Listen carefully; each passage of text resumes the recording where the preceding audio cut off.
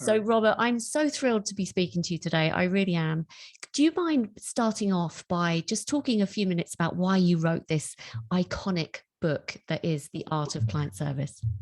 Well, thank you for having me, Jenny. It's a pleasure to be here. And let me start by there's two answers. There's two answers. There's a short answer and there's a slightly longer answer. The short answer to why I wrote the book is this: it's I wrote it because no one else wrote it.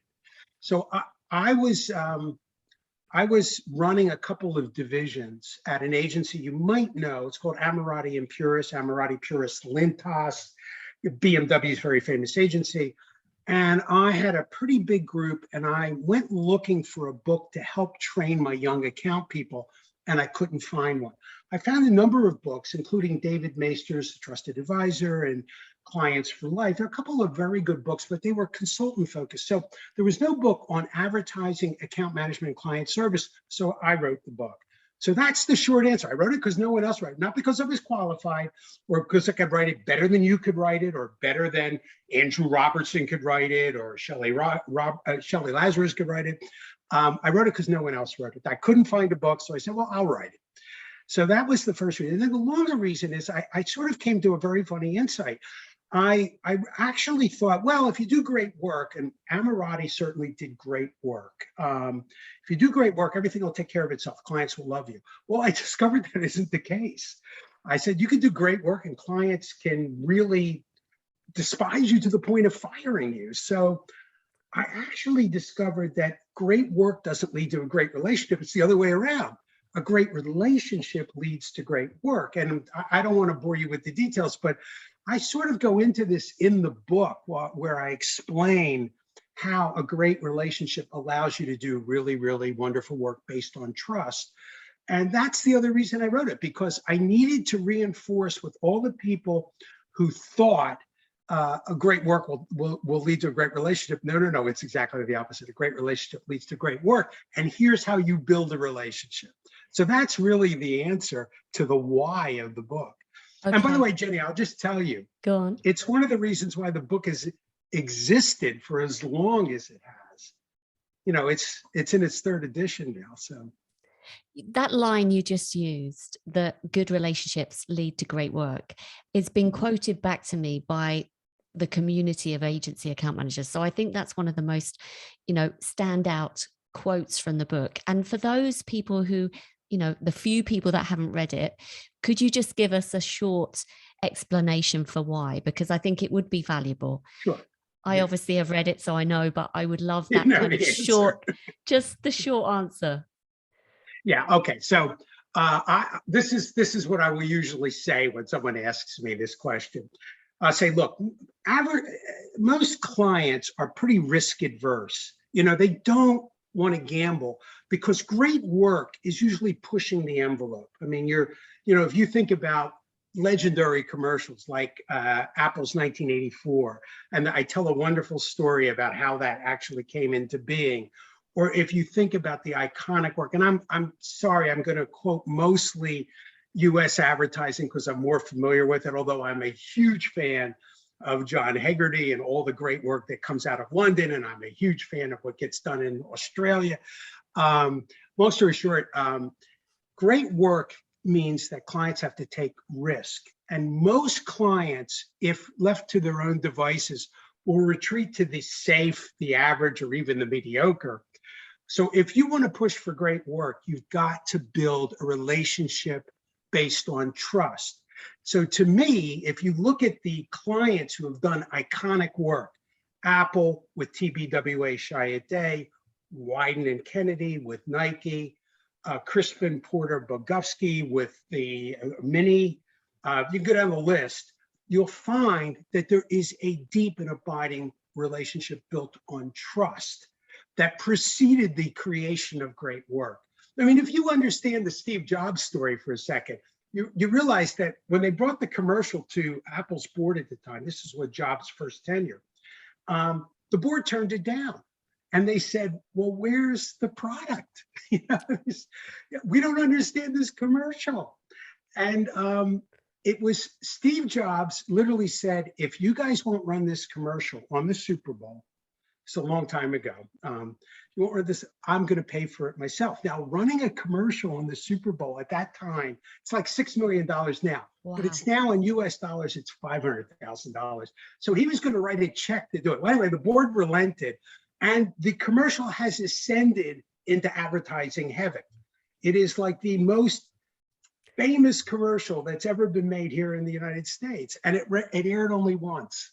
So it's a story, you know, people say it's a story about great work. And I said, no, it's a story about a great relationship between Steve Jobs and Steve Hayden and Lee Clow. The people, Lee Clow and Steve Hayden were the people who put that advertising together for Jay Shia at TBWA Shia Day. And with that, I'm going to be silent, because that's enough of the reason why relationships matter. Amazing. Thank you so much for explaining that, because I just can see exactly why that would be true. So obviously, I mean, your book has been described as the industry Bible.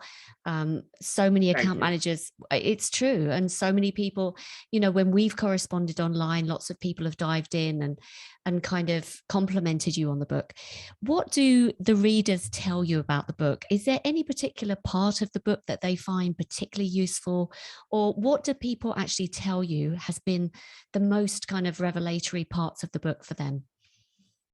You know, it's funny because in thinking about that, I think there are a couple of sections that jump out. I mean, the book, this is like going to a restaurant and say, what do you recommend? And the chef and the waiter comes back and says, oh, it's all great, which is useless to you, because that's not what you're asking. You're asking, what do you think stands out? So I could answer, oh, the whole book is great. That's not the answer you're looking for.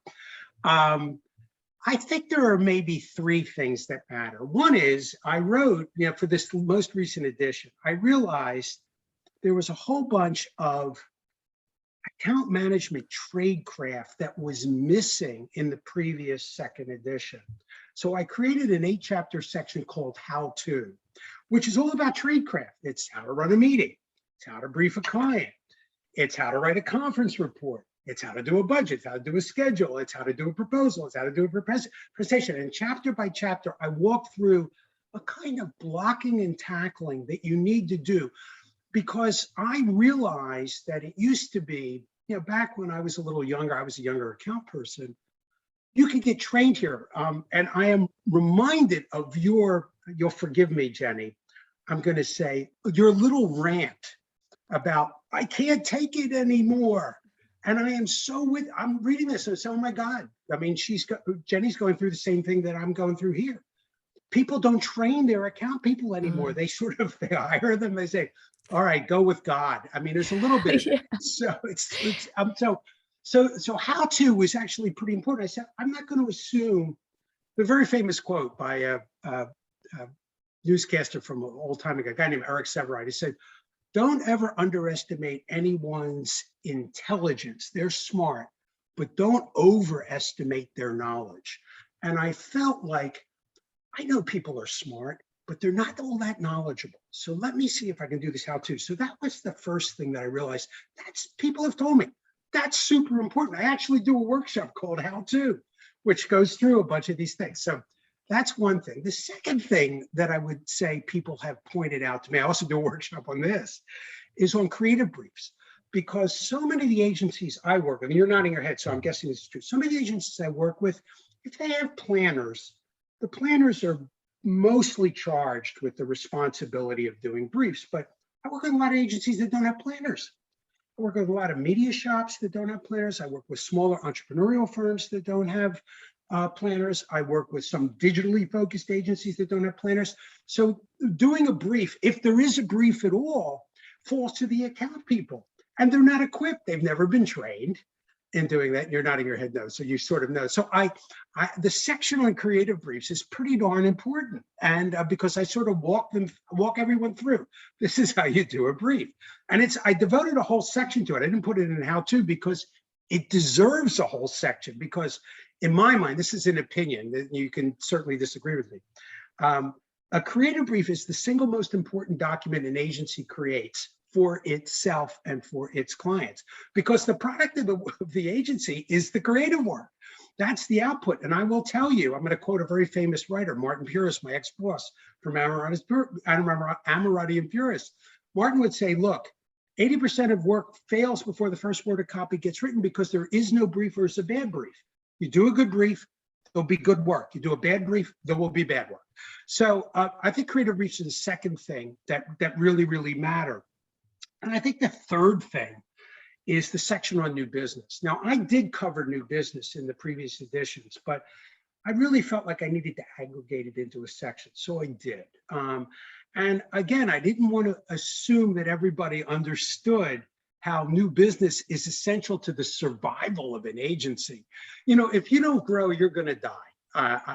You know, as much as I care about developing and nurturing your existing clients, I'm a realist. You've got to add new clients because certainly you need to give your people new opportunities. And if you don't grow, there aren't those opportunities. So new business is key to survival. So it seemed utterly central to me that that's the thing to stand out. So those are the three things that I think people have come to me and said, these are the things that are valuable. I can totally see why. And that's 100%. I was nodding my head throughout that, saying absolutely yes. I mean, you're absolutely right, Robert. My rant on LinkedIn, that famous kind of post, it came from the soul, the heart. I mean, also, I mean, you can probably identify with this as a young account executive writing briefs. I've kind of trembled as I go into the creative department, and I've had briefs thrown back at me in my face, you know, go back and do it again. But you're right. I mean, that was my whole rant, was about the lack of training. But so tell me, what do you see as the biggest mistakes that agency account managers make? Don't say, where do we start? I have to laugh, Jenny, because where do you want me to begin? All right, well, all right, I'll try to make this short. And then I want to go three, back. Maybe. All right, I'll do a couple. All right. And then I want to go back and I want to make an observation. I'm going to stop right here. I'm going to digress. Go on. I want to make an observation about your first post and the thousands of people who wrote you. You touched a chord there with people when you wrote that. And you said it came from the heart. I could tell that it came from the heart. So that was incredibly important. And if there's another observation, I said I had two and I've lost the other one. So we'll just stop right there. But let me go on and answer your question. What are the mistakes that people actually that make? Well, the first thing is, and they don't show up and they don't follow up. Now, show up has become a little more conditioned by COVID, you know, but in the old days, pre-COVID, you would be invisible. So that would be the first thing. I will remember years ago, I was working at Digitas. I was a line account guy, and American Express was my client. So we were up in Boston, which is still the headquarters for Digitas. And we would fly down to New York City, and I would fly down to New York City 3 days a week. 3 days out of 5, I was in Manhattan at American Express, walking the halls, trying to basically, for lack of a better term, troll for business. So I got stopped in the hall by one of my clients one day, and he made an observation to me that I think is quite telling. He said, "Hey, Robert, aren't you guys up in Boston?" I said, yeah, I am. And he said, you know, my primary agency is Ogilvy, and they're up the road. I mean, they're like 15 minutes by car to get down here. I never see them. And you're in Boston. I see you all the time. That really stuck with me, the show up part. Now, it's gotten a little harder, and we can address this later with COVID, but there is a way to deal with that. So show up is one thing. And the other thing that I would say is follow up. You know, I don't know how many people who say, oh, client wrote me, I've got to do an answer. 3 days later, they haven't responded to client. And the one thing that, if you ask clients, what's the one thing they really hate? They hate to be ghosted. So just the sheer fact of acknowledging, hey, I got your email, I got your voicemail, I got your text message. I'm working on it. I'll get back to you by X. That's all you need to do. So follow up is the second thing. So those are pretty big issues. I will tell you, there's another thing that account people sort of are a little deficient in, which is they don't communicate as clearly, concisely, and as frequently as they should.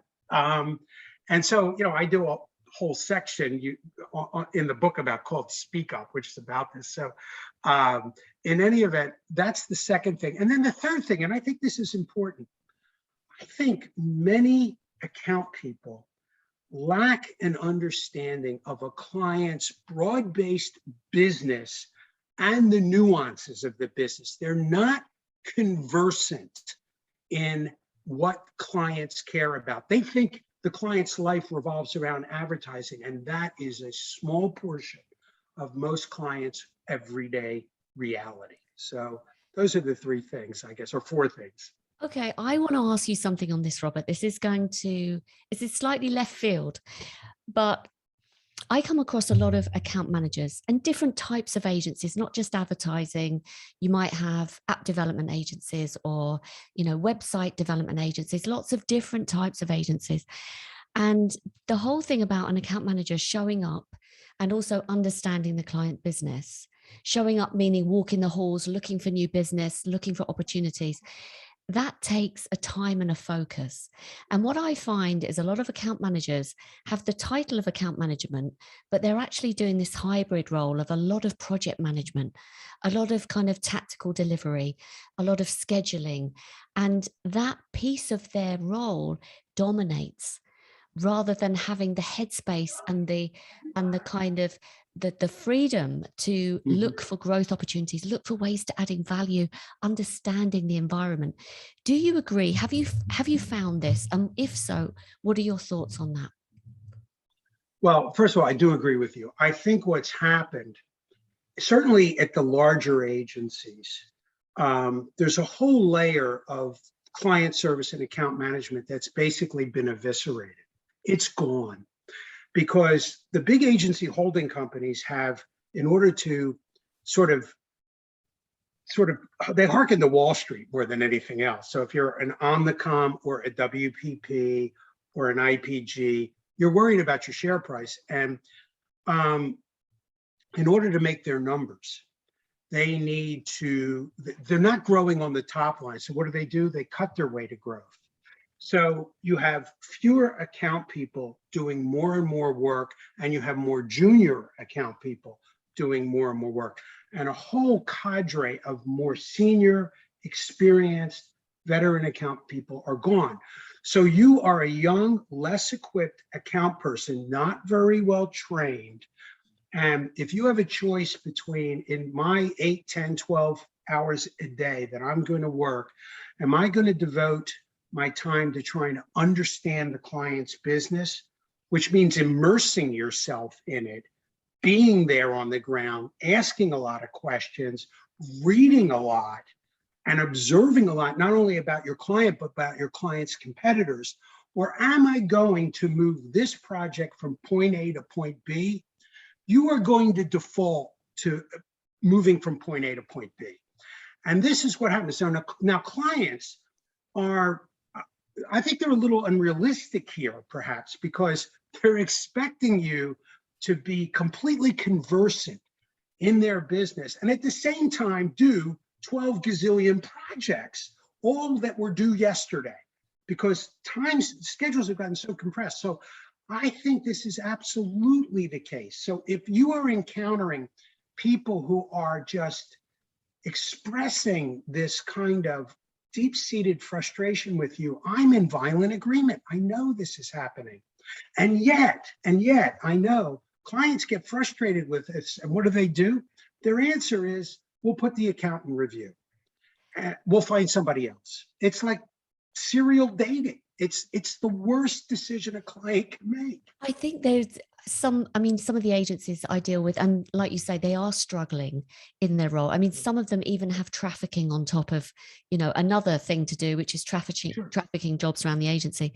But I think it's sometimes down to the agency owner to separate the roles, to say, right, project management are going to be responsible for the trafficking, the scheduling, the cost estimates, the timelines, etc. And account managers are then given the free rein to develop that relationship. I think the other thing, and I'd love your thoughts on this, is when you do meet an account manager with that hybrid kind of role, they have a natural propensity sometimes to be one or the other. And I can see you're an account man through and through, but I've encountered a lot of the more sort of default project managers who are less inclined to want to walk the halls, less inclined to want to develop and nurture their relationships. Do you agree as well? I'm just curious. Yeah, I will tell you, Jenny, I'm a little ambivalent on this because I understand the role of project management. And by the way, I go back far enough in advertising that project management sort of evolved out of the traffic function. And you may remember this too. We had traffic as a department, Yes, which was mainly responsible for two things: building schedules, and literally, the word traffic isn't meant figuratively, it's meant literally. They literally would walk around the work to secure approval. So, someone would do, I'm going to use an old term, an old storyboard. Now it all gets done electronically, but they literally would take storyboards around and get the signature from media and production and account management, and they would secure, and they'd go to the client, and they'd do all that, and they manage schedules. Well, project management kind of grew out of that. But what's happened here is, this is something I'd love to discuss with you, because what I've seen is planning has co-opted the strategy function. Project management has co-opted the execution function. And account people who are sort of in the middle no longer know what their remit is. bingo. This is what's happened. And so account people have lost their strategic chops. They no longer are responsible for moving things from point A to point B. And I had one client tell me, very senior guy, a CEO of a major healthcare agency, by the way, who said to me, Robert, the reason I'm bringing you in for a day of workshops is my account people have become glorified appointment schedulers. What they do when a client makes a request is they can't solve it themselves. They gather people in a room and they let the experts solve it. And what's happening is account people are becoming extinct. They no longer know what they need to do. So I want you to come in and actually reintroduce them to the world of account management. So, I'm a little ambivalent about the whole issue about this, because on one hand, you think, well, I'm an account person and I'm saddled with a lot of execution. But on the other hand, in the agencies that have project management, they don't do the execution. So they're sitting in their office and saying, well, what do I actually do today? I don't do strategy. I don't do execution. I'm the owner of the client relationship, but I have no currency with which to trade land. So I actually think there are some people, I hope they're in the minority, but I think there are some people who think that account people are becoming extinct. We'll have creative, we'll have planning, we'll have project management. I think that definitely is what some people are saying. I do not think that they are extinct. And I think there is definitely a role here, which I believe is a commercial role. It is the one that drives the business forward, that looks for growth opportunities, that has a future value focus. And they're responsible for spotting the trends, bringing ideas before the clients thought about them in order to capitalize on opportunities or move away from challenges. I think the strategists are very absorbed in the weeds, in the deep, deep depth of, however many accounts they're working on at one time. And obviously we're talking about multiple different sizes of agencies. So every agency is going to be slightly different. But I do believe I've been contacted, Robert, by 8 smaller agencies who have got rid of the account management function altogether, who told me that they had some fantastic, like, blue chip clients, but they no longer have them. And I think, I wonder why that happened. Because, unless, if you want the client to deal directly with the designer, and the designer perhaps doesn't have the drive or the skill set or the want to nurture that relationship, to kind of look for more business, to offer more ideas, they just want to do the work they were given, then obviously that relationship has got a shelf life.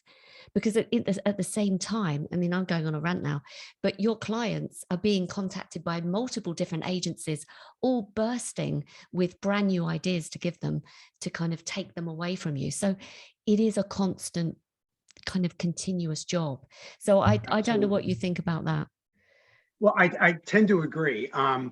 And, I tend to do this little 4-box chart that I sort of try to describe the roles and responsibilities of these groups. So I say, look, the creative people are the voice of the agency because they create the product, and the product is basically the manifestation of your agency. And the product, the creative product generally is what distinguishes advertising agencies, average agencies from good agencies, and good agencies from great agencies. So I say the creatives are the voice of the agency. And then I say, well, the production people, and to a certain extent, the project management people are the voice of authority because they're the experts. They have the technical knowledge. So whether you're a programmer, you're doing HTML coding, or you are the person you're doing traditional production for television or print, and you have the technical knowledge, or you're even a project manager who has the technical expertise in scheduling and budgeting and whatnot, you are the voice of authority. And then I go and I say, well, the planners, what are the planners? Well, they're the classic voice of the consumer, with the consumer being, defined broadly. The consumer can be a B2B entity, or it can be a B2C entity, and it can be highly specialized, or it can be very general. But the planners are the voice of the consumer. They are the ones who mirror back to the agency. This is what our marketplace is telling us. And then I said, well, what are the account people? I mean, you've got the voice of the agency, the voice of authority, you've got the voice of the consumer. My position is that the account people are the voice of reason. They are the people who are the great, for lack of a better term, I mean, they're the great orchestra conductors. As my friend Christy Faulkner likes to say. These are the people who pull it all together, and they are the ones who are the great problem solvers, and they are the ones who look most deeply into the client's business and at the competitive set, and look for strengths and weaknesses and look for opportunities. So this is what I think agencies need to reclaim for their account people. They need to understand that their account people have not a less important role, but a bigger and more complicated role than ever before. I will tell you, life was a lot easier when it was confined to, we'll make a TV ad, we'll make a print ad, we'll make a radio ad. Life is much, much more complicated. Agreed. I think not only do they have to understand multiple different channels, but I'm really glad that you brought that point up, because I 100% agree. They have that emotional intelligence to be able to pull people together to make it all work, and still be sensitive enough to how it's going down so that they can jump in and steer things in the right direction. I mean, I don't know whether you've seen, I've seen so many masters of account management kind of stop a meeting and just kind of turn to the client and say, can we just tap the brakes? Can you just let me know, how are we doing on this? Having the courage, the bravery, the emotional, I keep calling emotional intelligence, but it's that social awareness. So it's a bit of an intangible, isn't it? Oh, absolutely. And you are 100% right. I think so much of great client service work gets done in the moment, and it almost doesn't ever get acknowledged. There is that point in a client meeting where a really prescient account person, I forget rank for a second, has a sense of not just what's being said, the text of what's being said, but the subtext, what's not being said, and then has the presence of mind in that moment to craft the perfectly calibrated question, which the client may not have even known it needed to ask. This is the kind of perception I think you're sort of alluding to or driving at. And it is hard to teach. It is much more instinctual than anything else. And I remember as a young account person, how did I develop this muscle, basically, because it wasn't born in me, it wasn't innate. And I will tell you, the one thing that helped me, and I don't know if this is still true, but it was true back when I was a line account person. I watched some amazingly talented senior client service people in the moment demonstrate that skill. From years ago when I was at Foot Cone Belding, there was a wonderful account person named Jane Gardner, who we were talking with a precursor to Verizon. It was the old Pacific Bell on the west coast of California. And Jane, in the moment, with the CEO of the company, had the perfectly calibrated observation to counter what that client was saying in the nicest possible way. It was a piece of brilliance that was lost. It was immediately perishable, Jenny. It just disappeared. It's like air.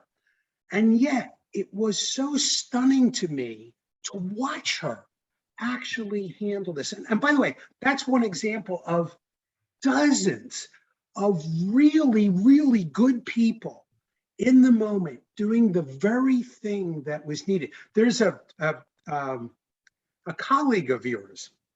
He's a UK native. His name is William Eccleshare. I don't know if you know him, a very senior guy.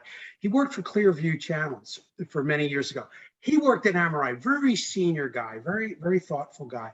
Had a moment in a meeting where he stopped a client cold with the perfectly calibrated observation and question about a situation. The client was beating up the agency, and William had the courage, to your point, to stand up and say, this is not right. By the way, there's a story about the legendary David Ogilvy stopping a meeting and saying, we are no longer going to work with you because you are no longer going to beat up my people.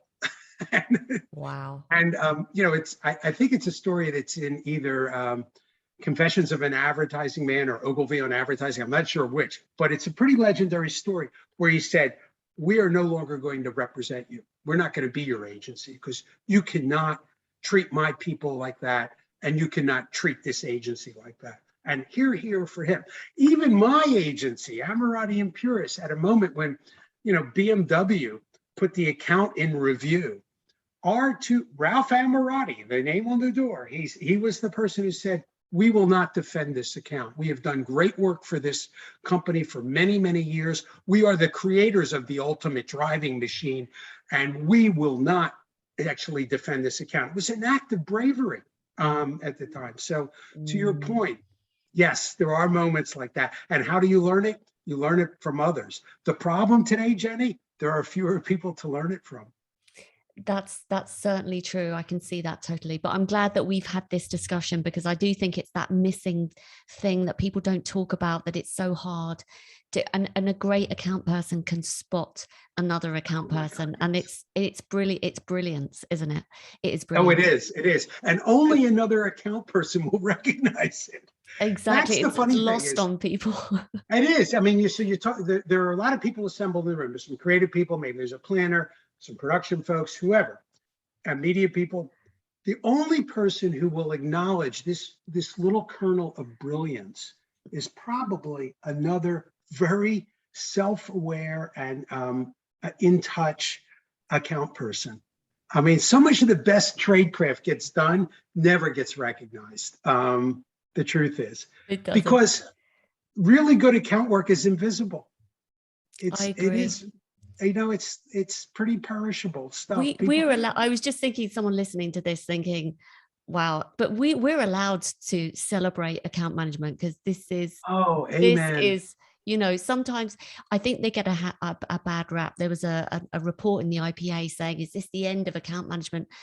And there were lots of kind of negative comments. And I personally think it's one of probably the hardest job, because it is so multifaceted. But listen, I'm desperate to ask you a question about, because it's something that lots of account managers ask me, is how do I deal with difficult clients? And when people ask you the same question, what's your kind of go-to pieces of advice for them? Well, we all have difficult clients. We absolutely do. So, and I actually teach a workshop called One Agency Meltdown, 2 Client Disasters equals 3 Difficult Conversations and How to Navigate Them. Because I literally do this kind of case history, problem solution approach. I talk about serious problems. And I will tell you, clients get upset about three things, basically. They get upset about money. I mean, if you sort of reduce client issues, they're about money. They're often about the schedule, meaning money's, we don't have enough. Schedule, there's not enough time. Or the work, it's not good enough. I mean, there are other things that can happen, but they're ancillary. These are the three things these are the problems that actually happen. And so I try to deal with this. And one of the things that I will often say to people is sometimes it's a matter of casting. So there are moments in time where your chemistry and the chemistry of the client isn't going to work. I mean, it happens. So when I have a client who comes to me and says, I am unhappy, the first thing I think about, do I have the right people in this business? Could I reshuffle my client service deck, move someone from here to there? They might be a little better suited. Move this other person over there. Maybe it will work a little better because the change will actually be salutary. So I look to casting first. Do we have the right people? And with no criticism here, because I've been the world's worst client service person for some people. I will tell you, I am going to digress for a second.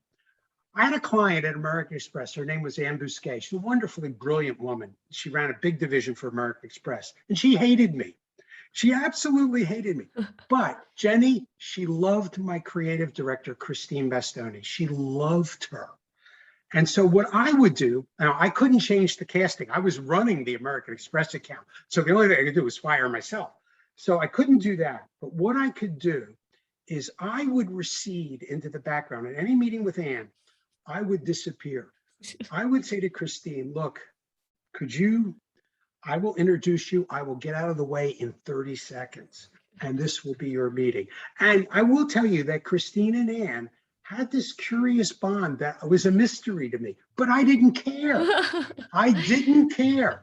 So what I wanted to make sure was that Ann was happy. And if she wasn't happy with me, she could be happy with someone else.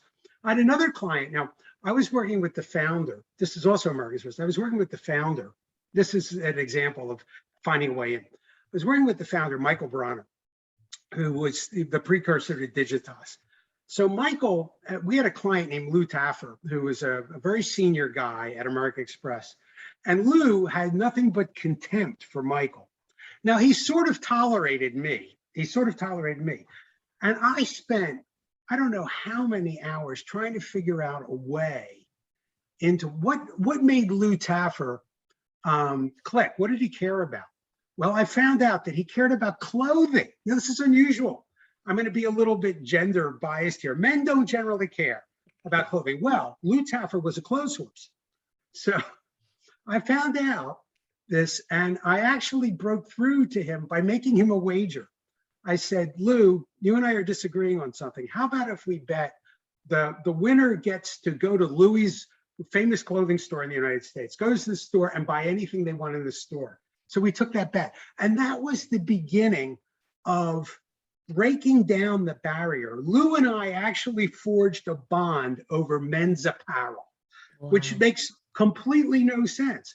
I had another client, this was Compact Computer. I was at Ammirati, where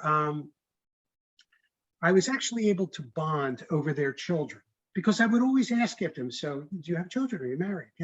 When you get to a certain stage in a relationship, you get permission to move the professional a little more into the personal. So if someone says, oh, you're back from vacation, where did you go? Did you have a good time? Oh yeah, and if the client says, yeah, my kids loved it, I say, oh really, how old are your children? Now, we don't, Roberta and I don't have kids, but you can be sort of attuned to this. And you almost always, if you have a client who has children, their kids are the sun and the moon and the stars, and that is your way in. So the second point here is casting matters. The second thing is to find the common ground. See if you can find the place that you can relate to. I have a lot of clients, I think I say this in the book, I've never played a round of golf in my life, but I have clients who are passionate about golf. So what do? I become very conversant in golfing. So when I walk in on a Monday morning, I see a client and the US Open ended, or the British Open or the Ryder Cup just happened the day before. I said, did you see the results of the Ryder Cup? You guys creamed us. That is water cooler conversation. In the United States, this is probably true in the UK. So on a Monday morning, you probably have water cool conversation about Manchester United going up against Manchester City.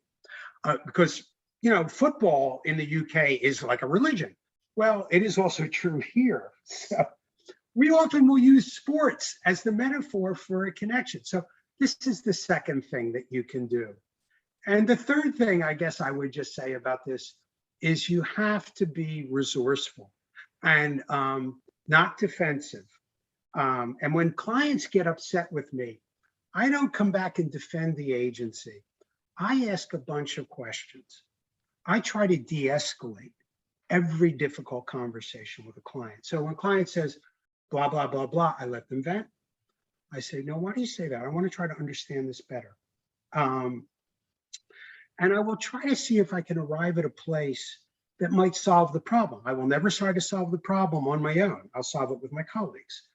But I will, to the best I can, try to get to a solution that actually will ameliorate the problem. So, and by the way, that's what the workshop's about. I don't solve any of these problems. I just sort of de-escalate them.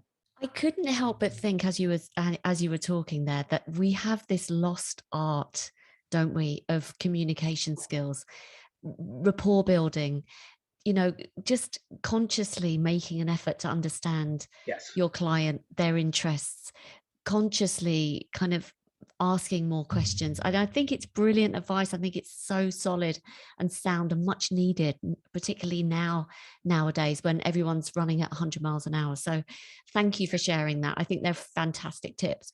Another thing I really want to ask you is, what trends do you see in the future for account management?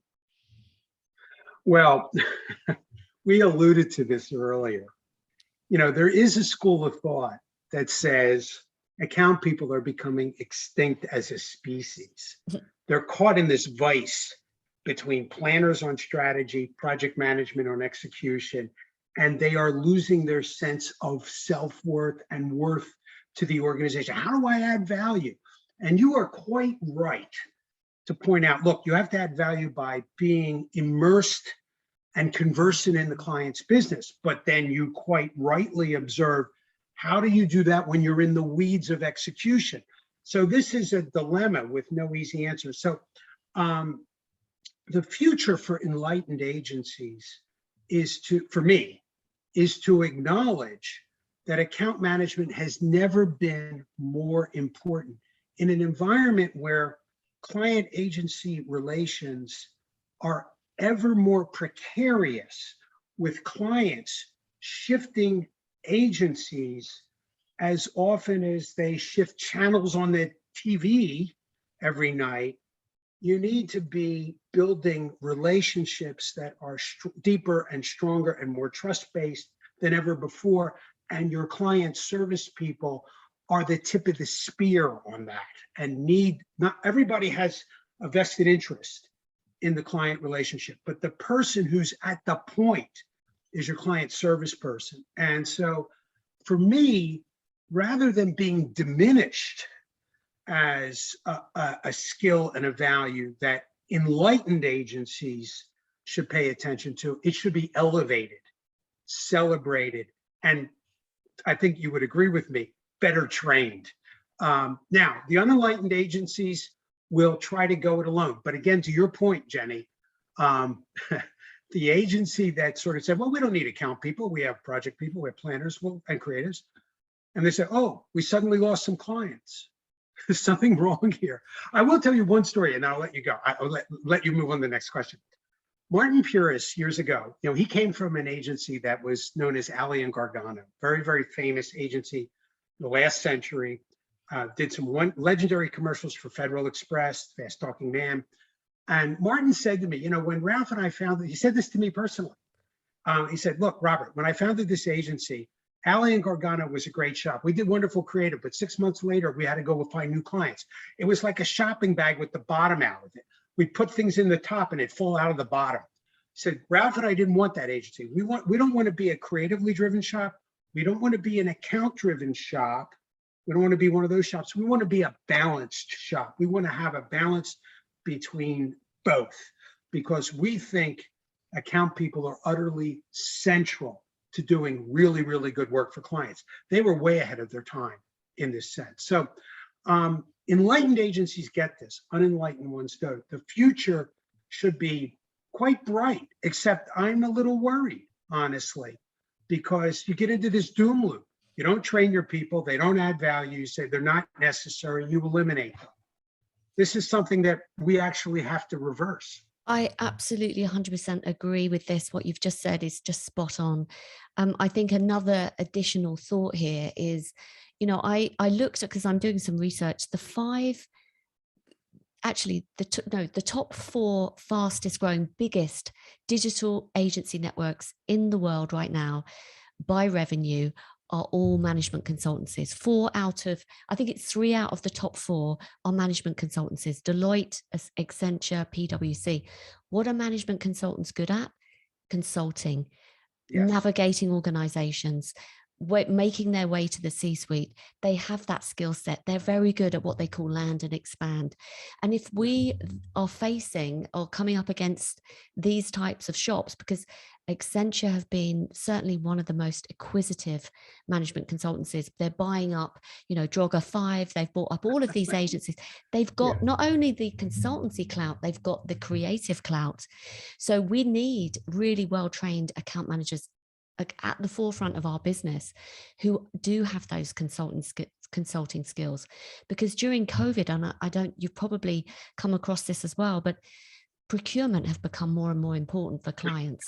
They've risen to the top of a CPO position I read recently didn't exist 10 years ago, but now it's ever more present. So they are becoming more central to purchasing power and looking at their supplier network and making sure they get the value. So we do need to be nurturing relationships. Oh, absolutely. I will make an observation here. I think Accenture appointing Dave Droga to run that organization is a shot across the bow to every big advertising agency holding company in the world. Because the one thing that was missing at Accenture was the creative piece. And in Dave Droga, they've essentially tried, I'm not saying they've solved it, but they went a long way in terms of establishing a credential by appointing him the global chairman. And so I think that's a real wake-up call for holding companies that are paying attention to this. And I agree with you. You know, it's funny, McKinsey, not one of the consulting companies you alluded to, because you talked about the other 3, and I'm very much aware of Accenture here in the United States. But McKinsey always had, what they would do, you talk about land and expand, and what were they notorious for? They would go into a company and they'd have their consultants live there. And my client at American Express was a guy named Ken Chenault.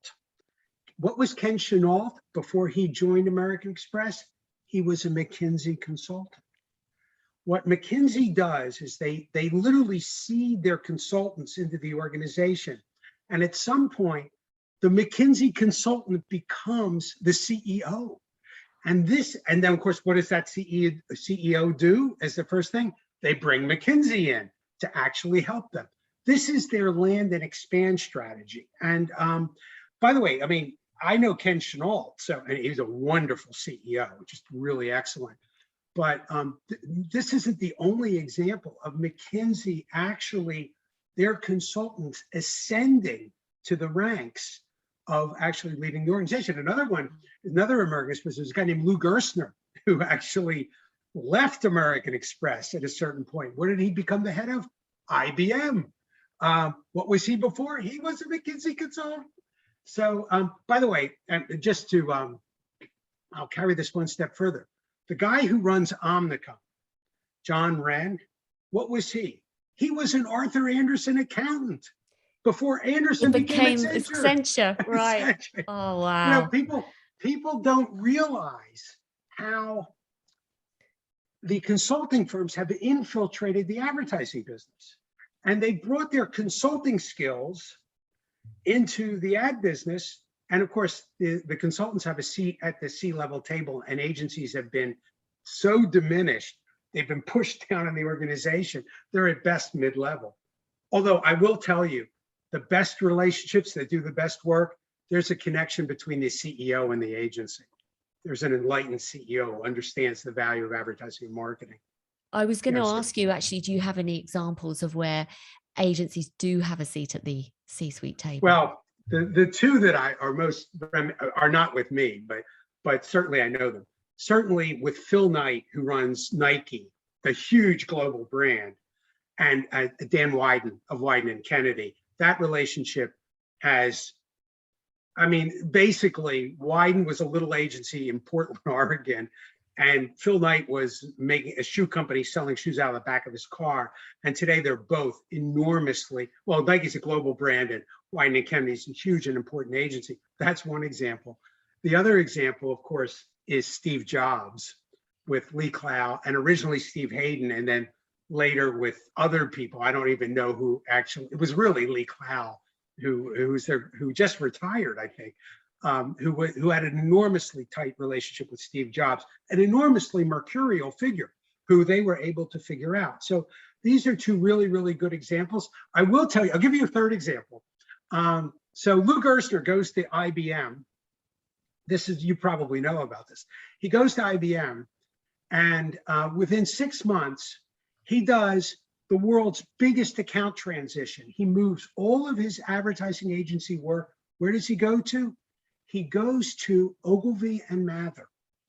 And what was the connection? Well, Lou Gerstner, he joined from American Express. And who does he bring over? He brings over a woman named Abby Constant, who was his chief of staff. She was my client for a while.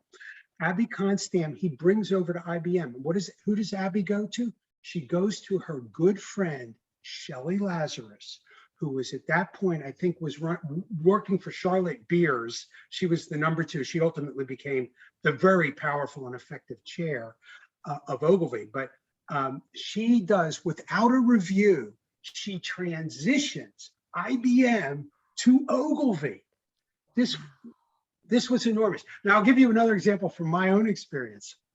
My colleague, Tom Nelson, Godspeed, he just recently ascended to the advertising agency in the sky. I just wrote about him. But Tom and I went up to Canada with a bunch of other people to pitch the Labatt account.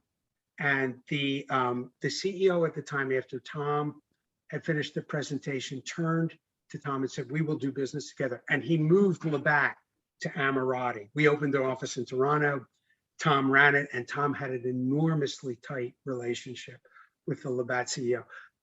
These are examples of a tight connection between the organization's CEO and a very senior advertising person. Now, Labatt's not the size of IBM or an Apple or a Nike, but these are all examples. I can give you another example. I mean, Pat Fallon McElligott with United Airlines, very tight relationship at the top, basically survived when Fallon created the world's most god-awful advertising, which was the United Rising campaign. It's in my book.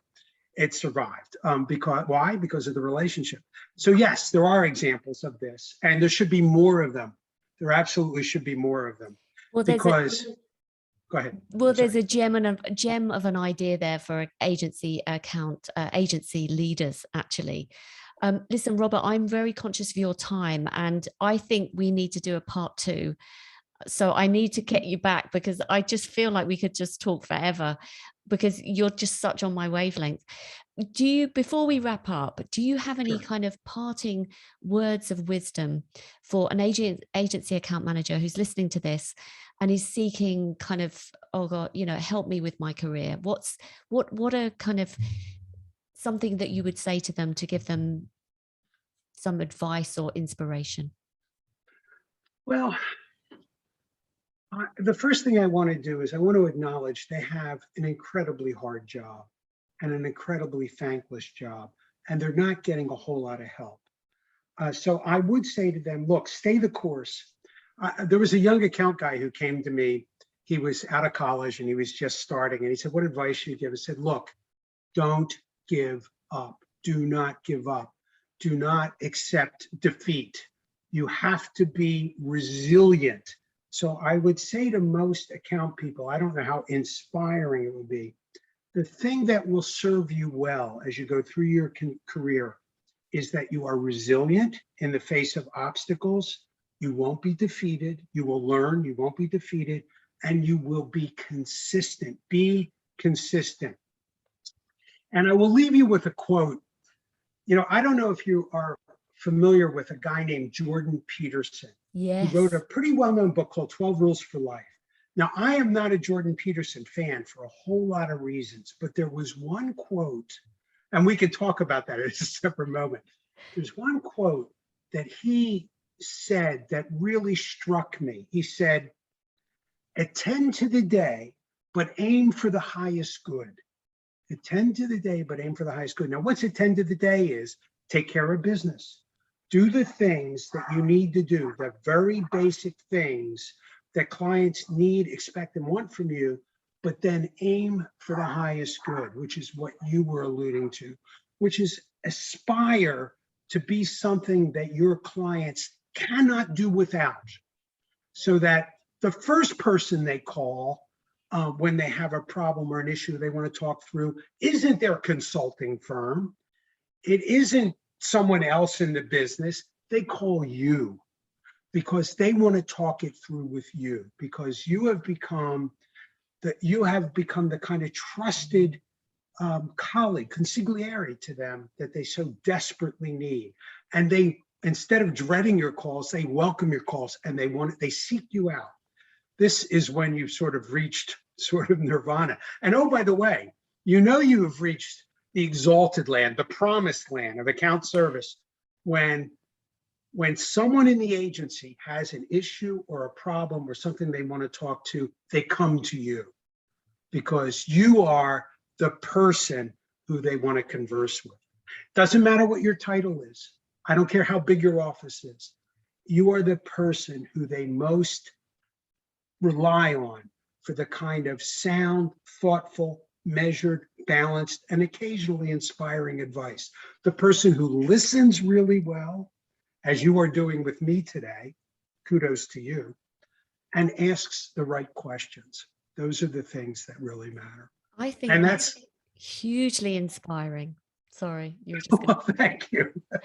Hugely inspired. I was listening to that thinking, feeling very inspired myself. So thank you. Thank you for sharing that. And Robert, thank you so much for joining me. It's been a long time coming and I just can't believe I hadn't invited you sooner. How can people reach you? Because you've mentioned so many things that you're doing, which I think are hugely valuable for agencies. And obviously we're all working in a remote world. So Yeah, what's the best way people can contact you? I'll tell you a funny story and then I really will let you go. So I'm doing the third edition of my book and I put my email address in my bio. And the editor who comes back to me, the John Wiley editor comes back and said, no, we don't really want that there because people will get in touch with you. I said, what do you mean you don't want it there? I do want it there. I want people to get in touch with me. I want to be the most visible person in the planet. So my point is, I do want to be in touch with people. I so welcome people who email me, and every LinkedIn message I get, I respond to. Every Facebook message I respond to. Every Twitter message I respond to. So you can find this pretty easily. If you Google Robert Solomon, you'll find it.